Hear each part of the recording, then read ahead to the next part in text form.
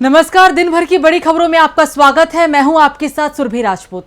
आज इस बुलेटिन में बात होगी पेशाब कांड पर बुरी फंसी बीजेपी की, महाराष्ट्र की पावर प्ले में मजबूत होते शरद पवार की, देखेंगे कि किस तरह एमपी में कांग्रेस ने बनाई मजबूत चुनावी रणनीति, राजद के स्थापना दिवस पर अपने खास अंदाज में पीएम मोदी पर बरसे लालू यादव, और मणिपुर में बीजेपी की बीरेन्द्र सिंह सरकार के फैसले पर उठे सवाल की, और बुलेटिन में आखिर में बात होगी अमित शाह को पत्र लिखने वाले पूर्व नौकरशाहों की। इसके अलावा और भी कई खबरों से आपको कराएंगे रूबरू। पहले देखते हैं सुर्खियां। मुस्लिम लॉ बोर्ड ने बैठक के बाद यूसीसी का विरोध करने का किया फैसला। बोर्ड ने लेटर जारी कर लोगों से विरोध करने की अपील की। कांग्रेस अध्यक्ष मल्लिकार्जुन खड़गे ने मोदी सरकार को महंगाई के मुद्दे पर एक बार फिर घेरा। कहा, महंगाई और बेरोजगारी लगातार बढ़ रही है और बीजेपी सत्ता के लालच में पड़ी है। पंचायत चुनाव से 3 दिन पहले बंगाल में फिर हुआ बवाल। साउथ 24 परगना में टीएमसी आईएसएफ समर्थकों के बीच बमबाजी में 17 साल के टीएमसी समर्थक की गई जान। 3 दिन बाद होना है पश्चिम बंगाल में पंचायत चुनाव। शेयर बाजार में रहा फ्लैट कारोबार। सेंसेक्स 33 अंकों की गिरावट के साथ 65,446 पर हुआ बंद। निफ्टी 9 अंकों की तेजी के साथ 19,398 पर पहुंचा। मध्य प्रदेश में चुनाव के चंद महीनों पहले पेशाब कांड पर बीजेपी बुरी तरह से घिर गई है। सीधी में एक आदिवासी पर पेशाब करने और उसका वीडियो बनाने का मामला अब तूल पकड़ता जा रहा है। हालात को संभालने की कोशिश में शिवराज सरकार की पुलिस ने आरोपी युवक को गिरफ्तार किया, लेकिन फिर भी मामला इतनी जल्दी शांत होता नहीं दिख रहा है। कांग्रेस नेता राहुल गांधी ने इस घटना पर ऐसा बयान दिया जिससे बीजेपी बुरी तरह घिर गई है। क्या कहा है राहुल ने और क्या हुआ है अब तक, देखिए इस रिपोर्ट में। मध्य प्रदेश के सीधी से आए एक वीडियो ने कल से बीजेपी की हालत खराब करके रखी है। वीडियो में दिख रहा है कि प्रवेश शुक्ला नाम के व्यक्ति ने एक आदिवासी व्यक्ति के मुंह पर पेशाब की। प्रवेश शुक्ला को बीजेपी का नेता कहा जा रहा था, हालांकि बीजेपी ने इससे इनकार कर दिया। इस पूरे मामले में कांग्रेस नेता राहुल गांधी ने बीजेपी पर निशाना साधा है। राहुल गांधी ने ट्वीट किया, भाजपा राज में आदिवासी भाइयों और बहनों पर अत्याचार बढ़ते ही जा रहे हैं। मध्य प्रदेश में एक भाजपा नेता के अमानवीय अपराध से सारी इंसानियत शर्मसार हुई है। ये भाजपा का आदिवासियों और दलितों के प्रति नफरत का घिनौना चेहरा और असली चरित्र है।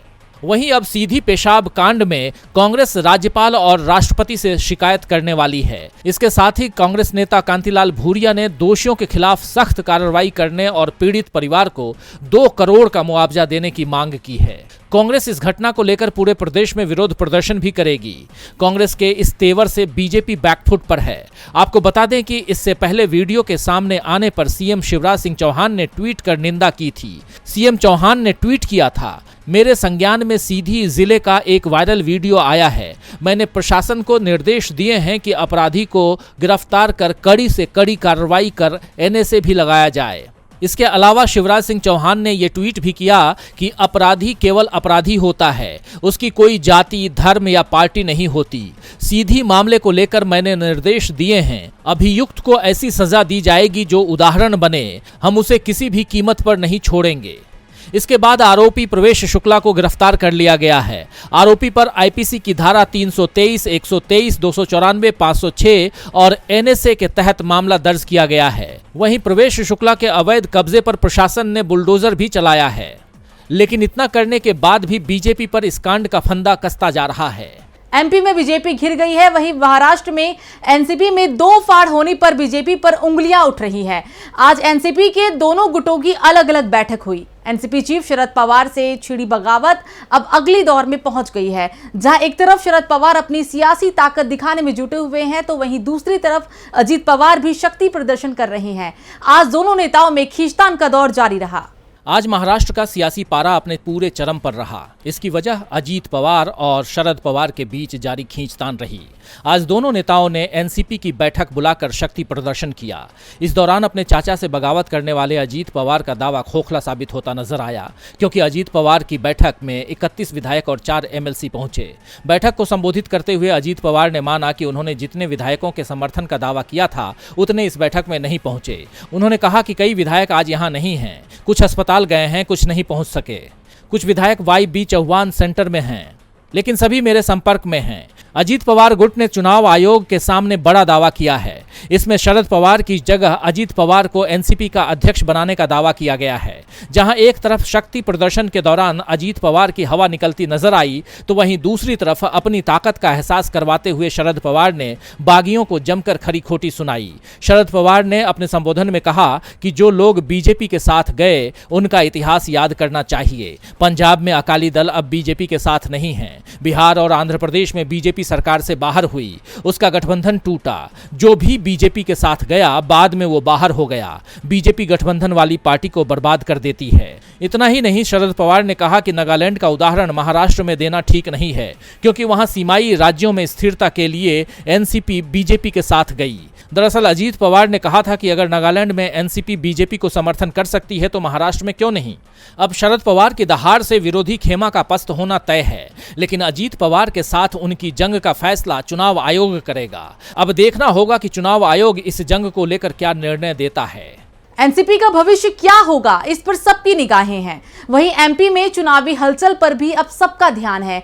कुछ ही महीनों में प्रदेश में विधानसभा चुनाव होने वाले हैं। कांग्रेस ने चुनाव को लेकर अपनी पूरी ताकत झोंक दी है। कांग्रेस की ताकत को देखते हुए बीजेपी बैकफुट पर है, क्योंकि राज्य में बीजेपी की सरकार है, लेकिन बीजेपी होने वाले विधानसभा चुनाव में कांग्रेस के सरकार बनाने की दावेदारी से डरी हुई नजर आ रही है। इसी कड़ी में कांग्रेस ने आने वाले 50 दिनों का प्लान तैयार कर लिया है। तो क्या है कांग्रेस का वो प्लान जिससे डरी हुई है बीजेपी? देखिए पूरी खबर इस रिपोर्ट में। बस कुछ ही महीनों में मध्य प्रदेश में विधानसभा चुनाव होने वाले हैं। बीजेपी के हाथ से सत्ता छीनने के लिए कांग्रेस की तैयारी जोर शोर से चल रही है। प्रदेश में 2020 में ज्योतिरादित्य सिंधिया के साथ गए लोग एक एक कर कांग्रेस में वापस लौट रहे हैं। कांग्रेस की राष्ट्रीय महासचिव प्रियंका गांधी मध्य प्रदेश के चुनाव अभियान का आगाज 12 जून को जबलपुर से कर चुकी है। इसी कड़ी में कांग्रेस ने आने वाले 50 दिनों में पूरे मध्य प्रदेश में पार्टी अध्यक्ष मल्लिकार्जुन खड़गे, राहुल गांधी और प्रियंका गांधी वाड्रा की 6 सार्वजनिक रैली आयोजित करने की योजना बनाई है। प्रियंका गांधी के बाद अब राहुल गांधी भी एमपी आने के लिए पूरी तरह से तैयार है। राहुल गांधी उसी जगह से अपना चुनाव प्रचार शुरू करने वाले हैं जहां पिछले सप्ताह पीएम मोदी पहुंचे थे। राहुल शहडोल की बयोहारी में एक बड़ी जनसभा करने वाले हैं, तो वहीं पार्टी अध्यक्ष मल्लिकार्जुन खड़गे भी एमपी की जमीन से बीजेपी पर गरजने वाली हैं। इसके साथ ही प्रियंका गांधी की जबलपुर रैली के बाद ग्वालियर में 22 जून को एक रैली होने वाली है और इसके साथ ही 25 अगस्त को 3 ओबीसी, एससी और एसटी की अत्यधिक आबादी वाले क्षेत्रों में रैली होगी। गौरतलब है कि बीजेपी देश में कई मुद्दों को लेकर घिरी हुई नजर आ रही है और इसका प्रमाण ये है कि पिछले सप्ताह पीएम मोदी राजधानी भोपाल तक तो आए, लेकिन कोई भी बड़ी जनसभा नहीं की और सिर्फ यूसीसी पर वकालत कर वापस लौट गए। कांग्रेस का प्लान एमपी के लिए तैयार है। वहीं लालू प्रसाद ने भी बता दिया है कि उनका प्लान बीजेपी के आगे झुकना नहीं है, बल्कि डटकर उसका मुकाबला करना है। आरजेडी खड़ी करने वाले लालू प्रसाद ने राजद के स्थापना दिवस पर खास अंदाज में सीधे पीएम मोदी को चुनौती दी। देखिए रिपोर्ट। बिहार की सत्ता पर काबिज महागठबंधन के प्रमुख घटक राष्ट्रीय जनता दल के लिए आज का दिन बेहद खास है, क्योंकि आज ही के दिन पार्टी की स्थापना हुई थी। पूरे बिहार के कार्यकर्ता पार्टी का स्थापना दिवस जोर शोर से मना रहे हैं। 27वें स्थापना दिवस पर प्रदेश कार्यालय में भव्य कार्यक्रम का आयोजन किया गया और कई कार्यक्रमों का आयोजन किया गया। इस कार्यक्रम में लालू प्रसाद यादव समेत कई बड़े नेता शामिल हुए। आरजेडी अध्यक्ष लालू प्रसाद यादव ने झंडा फहराकर कार्यकर्ताओं को जीत का मंत्र भी दिया। दरअसल किडनी ट्रांसप्लांट के बाद ये पहला कार्यक्रम था जब लालू प्रसाद यादव आरजेडी दफ्तर पहुंचे और सार्वजनिक मंच से गरजे। RJD supremo Lalu Prasad Yadav PM Modi और बीजेपी पर हमलावर दिखे। सभा को संबोधित करते हुए लालू प्रसाद यादव ने अपने अंदाज में भोजपुरी में कहा, उखाड़ के फेंक देव नरेंद्र मोदी, समझ ला, ज्यादा जुल्म नहीं करना, कोई ठहरा नहीं, जिस पर चाहते हैं मुकदमा करो, मुकदमा करो, जब तू न रहबा तब का होई। उन्होंने कहा कि देहात में पहले लोग गरीबों को ऐसे ही सताते थे। वे गरीबों को कहते थे कि कोर्ट में केस कर देंगे, हाई कोर्ट तक पहुंचा देंगे। लालू यादव ने हालांकि ये भी कहा कि हम लोग डरने वाले नहीं हैं। लालू प्रसाद ने कहा कि देश में भाईचारे को तोड़ा जा रहा है, नफरत फैलाई जा रही है, नरेंद्र मोदी देश को तोड़ रहे हैं। इस दौरान लालू यादव ने पुराने दिनों का जिक्र किया और कहा कि उन्हें तब अलग पार्टी बनानी पड़ी जब उनके खिलाफ साजिश रची जा रही थी। उधर आरजेडी के स्थापना दिवस के मौके पर तेजस्वी यादव ने ट्वीट कर केंद्र सरकार पर हमला बोला। उन्होंने ट्विटर पर लिखा कि आइए इस स्थापना दिवस पर हम संकल्प लें कि देश की वर्तमान सामाजिक, राजनीतिक और आर्थिक परिस्थितियों को देखते हुए एकजुट होकर 9 वर्षों से केंद्र में बैठी किसान, युवा, छात्र, महिला, कर्मचारी, व्यापारी और संविधान विरोधी तानाशाही बीजेपी सरकार को बदलेंगे। लालू जी के इस तेवर से बीजेपी डर सकती है। डर तो उसे राजस्थान में भी लग रहा है, जहां कांग्रेस को सत्ता से हटाने के लिए बीजेपी के मंसूबे पर पानी फिर सकता है। साल के अंत में राजस्थान में विधानसभा चुनाव के मद्देनजर पिछले कई दिनों से प्रदेश कांग्रेस के नेताओं का आज दिल्ली आना जाना लगा हुआ है। इसी कड़ी में अब दिल्ली में राजस्थान के प्रमुख नेताओं की बैठक बुलाई गई, जिसमें आगे की रणनीति पर विचार विमर्श किया जाना है। तो कब हो रही है दिल्ली में बैठक और कौन कौन होंगे शामिल, देखिए पूरी खबर इस रिपोर्ट में। राजस्थान में विधानसभा चुनाव 4 महीने बाद होने हैं और इसको लेकर कांग्रेस नेता और प्रदेश के सीएम अशोक गहलोत काफी एक्टिव नजर आ रहे हैं। कांग्रेस हाईकमान ने राज्य के प्रमुख नेताओं की दिल्ली में एक बड़ी बैठक बुलाई है और इसको लेकर सियासी गलियारों में चर्चा तेज हो गई है। कांग्रेस की ये अहम बैठक 6 जुलाई को होने जा रही है। कांग्रेस अध्यक्ष मल्लिकार्जुन खड़गे और पार्टी के पूर्व प्रमुख राहुल गांधी की अध्यक्षता में बैठक आयोजित की जाएगी। इस बैठक में प्रदेश में होने वाले चुनाव को लेकर रणनीति तैयार की जाएगी। मुख्यमंत्री अशोक गहलोत और पार्टी नेता सचिन पायलट के बीच विवाद को देखते हुए दिल्ली मुख्यालय में होने वाली बैठक में सचिन पायलट पर भी चर्चा हो सकती है। इससे पहले करीब हफ्ते भर पहले भी दिल्ली में राजस्थान कांग्रेस की एक अहम बैठक हो चुकी है। बैठक में राजस्थान के कांग्रेस प्रभारी सुखजिंदर सिंह रंधावा, कांग्रेस प्रदेश अध्यक्ष गोविंद सिंह डोटासरा और कांग्रेस के संगठन महासचिव केसी वेणुगोपाल समेत तीनों सह प्रभारी भी मौजूद थे। वहीं कांग्रेस की तैयारी से बीजेपी पहले से ही परेशान नजर आ रही है। ऐसे में देखना दिलचस्प होगा कि आखिर इस बैठक के बाद बीजेपी की तरफ से क्या प्रतिक्रिया सामने आती है। राजस्थान पर कांग्रेस का फैसला क्या होगा, ये कल की बैठक के बाद पता चल जाएगा, लेकिन मणिपुर का क्या होगा अभी तक कुछ भी नहीं कहा जा सकता। राज्य में 3 मई से शुरू हुआ बवाल अभी तक खत्म नहीं हुआ है। रोजाना किसी न किसी जिले से संघर्ष की खबरें आती रहती है। वहीं बवाल के बीच सीएम एन बीरेन सिंह ने राज्य में आज से 1 से लेकर 8वीं तक के स्कूल को खोलने का फैसला लिया, जिससे हर कोई हैरान है। क्या है पूरी खबर, देखिए इस रिपोर्ट में। पूर्वोत्तर राज्य मणिपुर में अब भी हालात ठीक नहीं है। 2 समुदाय के बीच हुई झड़प के बाद से ही मणिपुर का माहौल अशांत बना हुआ है। इसे लेकर राज्य और केंद्र सरकार चौतरफा घिर चुकी है, लेकिन राज्य और केंद्र सरकार हालात पर काबू पाने में नाकाम साबित हुई है। इसी कड़ी में थोबल जिले में संघर्ष देखने को मिला, जहां भीड़ ने इंडियन रिजर्व फोर्स के एक कैंप से हथियार और गोला बारूद लूटने की कोशिश की। भीड़ को रोकने के लिए सुरक्षा कर्मियों ने हवाई फायरिंग की, जिसमें 27 साल के एक युवक की जान चली गई। अधिकारियों ने बताया कि भीड़ ने हथियार और गोला बारूद लूटने के लिए खंगाबोक इलाके में 3री IRB बटालियन के शिविर पर हमला करने की कोशिश की। जल्द ही सुरक्षा बलों ने भीड़ को नियंत्रण करने के लिए पहले आंसू गैस के गोले और रबर की गोलियों का इस्तेमाल किया। जैसे ही सशस्त्र भीड़ ने गोलियां चलाई, सुरक्षा बलों ने भी जवाबी कार्रवाई की। इस बीच मणिपुर में आज 5 जुलाई से कक्षा 1 से 8 तक के स्कूल खुल गए हैं। शिक्षा विभाग ने सोमवार को आदेश जारी किया था कि राज्य में 3 मई से जातीय संघर्ष के चलते बंद हुए स्कूल 5 जुलाई से खोले जाएंगे। बता दें कि मई के पहले सप्ताह में जातीय संघर्ष शुरू होने के बाद से ही स्कूल बंद थे। सीएम ने प्रेस कॉन्फ्रेंस कर कहा कि राज्य के पहाड़ी और घाटी जिलों में स्थापित बंकरों को हटा दिया जाएगा, जबकि मैतेई और कुकी दोनों किसानों को सुरक्षा प्रदान के लिए अतिरिक्त राज्य बलों को तैनात किया गया है, ताकि कृषि गतिविधियां शुरू हो सके। लेकिन सीएम के इस फैसले से सभी के मन में एक सवाल तो जरूर उठ रहा है कि प्रदेश में बेकाबू हालात के बीच स्कूल खोलना कहीं जल्दबाजी में उठाया गया कदम तो नहीं है। और बुलेटिन के आखिर में बात केंद्रीय गृह मंत्री अमित शाह को पूर्व नौकरशाहों के लिखे खत की।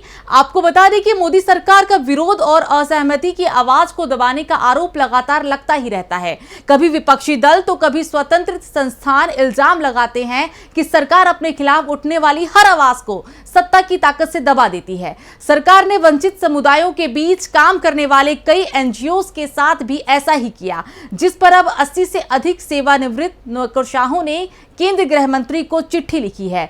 क्या लिखा है इस चिट्ठी में, आइए देखते हैं। देश के हाशिए के समुदायों के बीच काम करने वाले NGOs की फंडिंग को लेकर सवाल खड़े करने और उनके FCRA लाइसेंस को रद्द करने के सरकार के रवैये पर अब पूर्व नौकरशाहों ने आवाज उठाई है। 80 से ज्यादा रिटायर्ड नौकरशाहों ने केंद्रीय गृह मंत्री अमित शाह से कहा है कि NGOs के साथ प्रतिद्वंदी के बजाय सहयोगात्मक रुख अपनाया जाए। बीते समय में कई NGO के विदेशी अंशदान विनियमन अधिनियम यानी FCRA लाइसेंस रद्द या निलंबित किए जाने पर चिंता व्यक्त करते हुए पूर्व नौकरशाहों ने एक खुले पत्र में अमित शाह से कहा, मतभेद या असहमति की हर अभिव्यक्ति को देश की अखंडता और संप्रभुता का उल्लंघन या सार्वजनिक हित के खिलाफ नहीं माना जा सकता है। आपके गृह मंत्रालय और विभिन्न कानून प्रवर्तन एजेंसियों की कार्रवाइयां इस संदेह को जन्म देती हैं कि देश के सामाजिक आर्थिक संकेतकों के बारे में स्वतंत्र मूल्यांकन या दृष्टिकोण का स्वागत नहीं है। Commonwealth human rights initiative, Oxfam India, centre for policy research और सेंटर फॉर इक्विटी स्टडीज को रद्द करने या निलंबित करने का जिक्र करते हुए पूर्व नौकरशाहों ने कहा कि उनकी गतिविधियों का उद्देश्य भारतीय समाज के सबसे वंचित वर्गों की समस्याओं का समाधान करना है। पत्र में आगे कहा गया है कि इन संगठनों के एफसीआरए लाइसेंस को रद्द करना और सरकार की एजेंसियों द्वारा दंडात्मक कार्रवाई शुरू करना एफसीआरए के अत्यधिक त्रुटिपूर्ण प्रावधानों का परिणाम है। बयान में आगे कहा गया है कि ऐसा लगता है कि एफसीआरए का उपयोग करके भारत सरकार नागरिक समाज संगठनों को विदेशी स्रोतों से धन लेने से रोकना चाहती है, जबकि निजी क्षेत्र, डिजिटल और प्रिंट मीडिया और राजनीतिक दलों को विदेशी धन तक स्वतंत्र रूप से पहुंचने की अनुमति देती है। एफसीआरए में व्यापक बदलाव का आह्वान करते हुए पूर्व नौकरशाहों ने कहा कि इसे प्रतिबंधात्मक कानून के बजाय अधिक सुविधाजनक बनाया जाना चाहिए। सेवानिवृत्त नौकरशाहों ने अमित शाह से आग्रह किया कि हमें उम्मीद है कि आपकी सरकार इस दिशा में कदम उठाएगी और अपने नियंत्रण वाली एजेंसियों को भारत के लोगों, विशेषकर इसके सबसे हाशिए पर मौजूद और वंचित वर्गों की सेवा करने वाले संगठनों का अनावश्यक उत्पीड़न रोकने का निर्देश देगी। तो आज के लिए बस इतना ही। देखते रहिए डीबी लाइव। नमस्कार।